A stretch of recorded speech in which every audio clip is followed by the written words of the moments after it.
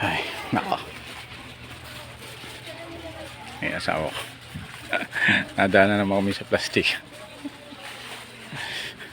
Nararamdaman ko nang nga iba na may wallet ko. Ako, ayaw niya pang tumigil. Ayaw niya pang tumigil. Para awa mo na tumigil. Nag-iingalo na yung wallet ko. Mahal. Hindi pa ba napapagod? Ito. Ang cute. Ang cute. Ang cute ng wallet ko. Sabi mo pambahay lang. Parang gusto mo na magtayo ng tindahan. Kaya ayoko madadaan dito sa family yan to.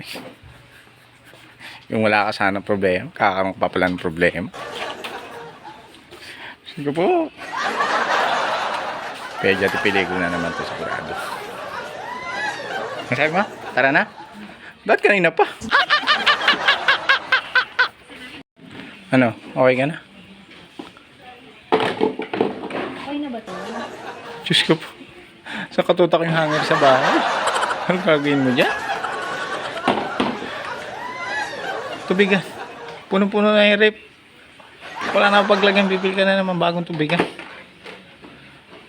Opo. Magtatayo ka ba ng eskwelahan? Puwan na naman. O yan, anong gagawin mo sa tabo? Mapagkamalan na mayaman tayo, dalawa tabo natin. Diyos ko naman boy. Pwede piligo na naman ako nito. Tara na. Dapat kaninong pa sinabi. Tara na. Tara na. Pwede piligo na naman tong sahod ko. Ano? Wala na ba? Pwede na ba yan?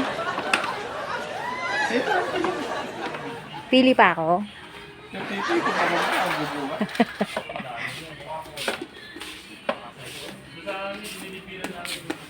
Okay ka lang ba?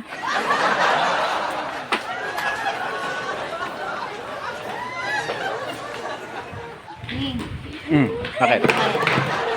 Bakit? Hindi kaya. Ako ba ang babayan yan? Hindi ko yung gusto bumili. Ako palang babayan. Gusto naman. Wawa sa'yo mga. Bili ka ng bili. Ako palang magbabayan. Mahal, dito lang ako ah. Dito lang ako. Parang nahihilo ako eh. Wala ka nang pasok. Gastos pa. Gusto ko naman buhay. Parang nahihilo tuloy ako ah.